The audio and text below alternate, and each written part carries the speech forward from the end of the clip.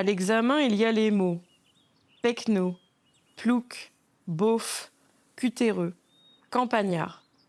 Je remarque, même dans les insultes, je n'existe pas. Mais en les féminisant, je glisse une première pierre à l'édifice du retour. Pecnaude.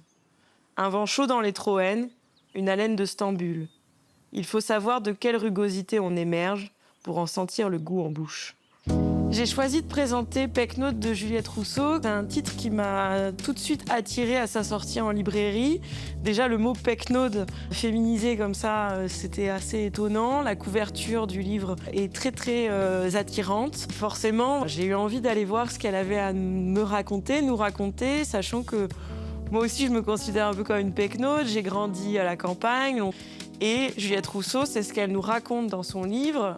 Elle a quitté la campagne pour la ville pendant des années et aujourd'hui, elle revient et elle décide de nous parler de ce retour parce que c'est un retour qui est à la fois intime mais évidemment profondément politique. Elle veut nous raconter ce que ça veut dire d'être une femme à la campagne, qu'est-ce que le féminisme en ruralité, mais pas que, c'est-à-dire qu'elle va aussi nous parler de celles et ceux qui vivent à la campagne, les ruraux, dans une France qui a été industrialisée, où l'agriculture, effectivement, a changé au fil des années. Et ça, elle veut en parler, elle veut aussi le dénoncer.